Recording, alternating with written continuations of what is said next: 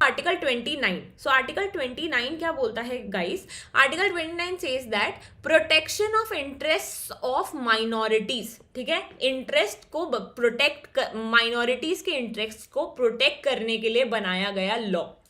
Any section of the citizens, obvious सी बात है, अगर आर्टिकल 29 माइनॉरिटी की बात कर रहा है तो वो सिटीजन्स के किसी सेक्शन की बात करेगा, है ना।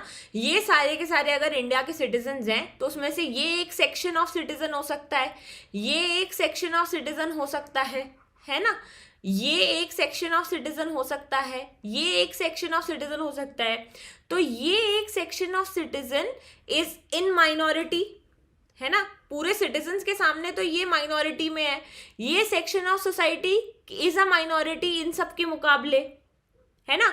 सो आर्टिकल 29 कहता है कि सारे सिटीजन्स में से कोई भी सेक्शन ऑफ सिटीजन्स, एक कुछ छोटे उसका section of citizens residing in the territory of India, जो इंडिया में रह रहे हैं, जिनकी अपनी खुद की लैंग्वेज है, this is very important. Article 29 ये कहता है कि माइनॉरिटी में आप क्या क्या क्या होना चाहिए, when will we call you a minority, जब आपकी एक डिस्टिंक्ट लैंग्वेज होगी, आप एक अलग तरीके की भाषा बोलते हो।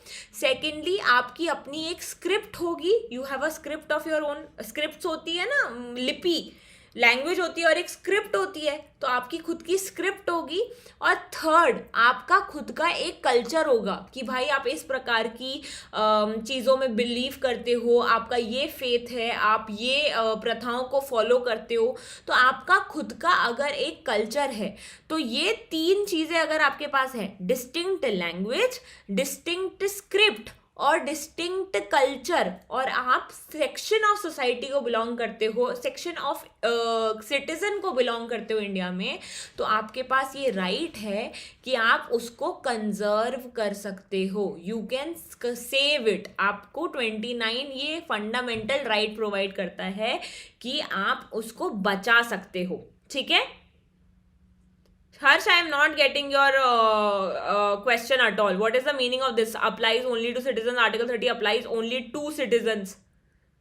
टीओ और टीडब्ल्यूओ में क्या फर्क होता है भाई? टीडब्ल्यूओ तो दो सिटीजन, दो ये कुछ भी, ठीक है।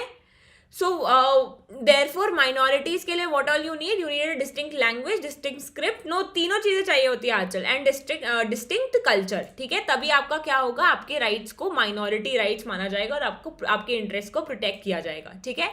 Secondly, no citizen shall be denied education, shall be denied admission in any educational institution maintained by state or receiving aid out of state funds on grounds only of religion, race, caste, language or any of them.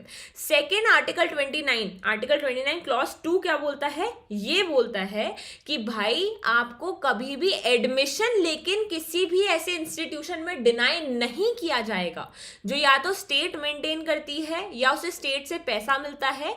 किन किन grounds पे? Religion, race, cast, language या ऐसे इनमें से किसी भी grounds पे। जैसे फॉर एग्जांपल एक माइनॉरिटी इंस्टीट्यूशन को सेटअप किया जाता है, उसको स्टेट फंड कर रही है, ठीक है, तो वो ये बोल देते हैं कि भाई हम हिंदूज को यहाँ पे क्या कहते हैं, एडमिशन नहीं देंगे।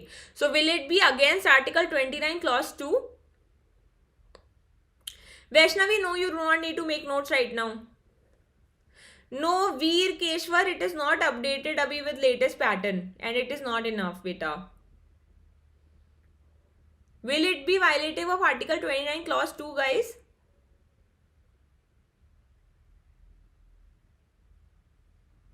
Ritika, yes, you can definitely give the exam, don't worry about it. अरे हाँ ना, इट विल बी वायलेटिव ना, क्योंकि स्टेट मेंटेन कर रही है भाई साहब। अभी तो बताया, अगर स्टेट से पैसा आ रहा है, उस एजुकेशन इंस्टीट्यूशन को स्टेट पैसा दे रही है। मैं एक माइनॉरिटी को बिलोंग करती हूँ, मैंने एक कॉलेज सेटअप किया और वो कॉलेज में मैंने ये मना कर दिया कि भाई मैं एक पर्टिकुलर एक्स रिलीजन के लोगों को एडमिशन नहीं दूंगी। मेरी जो कॉलेज है, मेरा जो कॉलेज है, उसे पैसा स्टेट से आता है, तो मैं वायलेट कर रही होंगी ना, है ना।